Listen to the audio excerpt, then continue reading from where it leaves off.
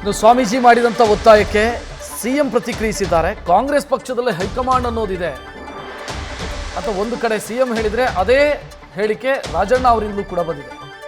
ನಾನೇ ಹೇಳಿ, ಯಾರೇ ಹೇಳಿ, ಏನಾದರೂ ಹೇಳಿ, ಅಂತಿಮವಾಗಿ ಹೈಕಮಾಂಡ್ ನಿರ್ಣಯವನ್ನು ತೆಗೆದುಕೊಳ್ಳುತ್ತೆ, ಅದೇ ಫೈನಲ್ ಆಗುತ್ತೆ. ಹೈಕಮಾಂಡ್ ತೆಗೆದುಕೊಳ್ಳುವಂಥ ನಿರ್ಧಾರಕ್ಕೆ ನಾವೆಲ್ಲರೂ ಬದ್ಧರಾಗಿರ್ತೀವಿ ಅಂತ KN ರಾಜಣ್ಣ ಹೇಳ್ಕೊಂಡಿದ್ದಾರೆ.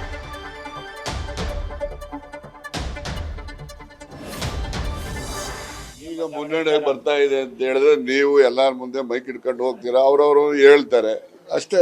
ನೀವ್ ಎಡ್ಕೊಂಡು ಹೋಗ್ತೀರಾ, ಶಬ್ದ ಬರಲ್ಲ ಅದು. ಅಲ್ಲ ಇದೇನೆ ಸರ್ ಮಾತಾಡೋದು, ನಾವು ಇರೋದು ಹೇಳಿದೀನಿ ನಾನು. ನನ್ನ ಅಭಿಪ್ರಾಯ ಇನ್ನೊಬ್ರು ಅಭಿಪ್ರಾಯ ಇಲ್ಲ. ಆದ್ರೆ ಇನ್ನೊಂದು ನಿಮ್ಗೆ ಸ್ಪಷ್ಟ ಮಾಡ್ತಕ್ಕಂಥದ್ದು, ಕಾಂಗ್ರೆಸ್ ಪಾರ್ಟಿನಲ್ಲಿ ಹೈಕಮಾಂಡ್ ಇದೆ. ನಾನು ಹೇಳಿ, ಇನ್ನೊಬ್ರು ಹೇಳಿ, ಏನಾರ ಹೇಳಿ, ಅಂತಿಮವಾಗಿ ಅವರು ನಿರ್ಣಯ ತೆಗೆದುಕೊಳ್ತಾರೆ. ಅವ್ರ ನಿರ್ಣಯಕ್ಕೆ ಎಲ್ಲರೂ ಕೂಡ ಬದ್ಧರಾಗಿರ್ತೀವಿ. ನ್ಯೂಸ್ ಫಸ್ಟ್ ನಿರ್ಭೀತಿಯಿಂದ ನಿಮ್ಮ ಪರವಾಗಿ.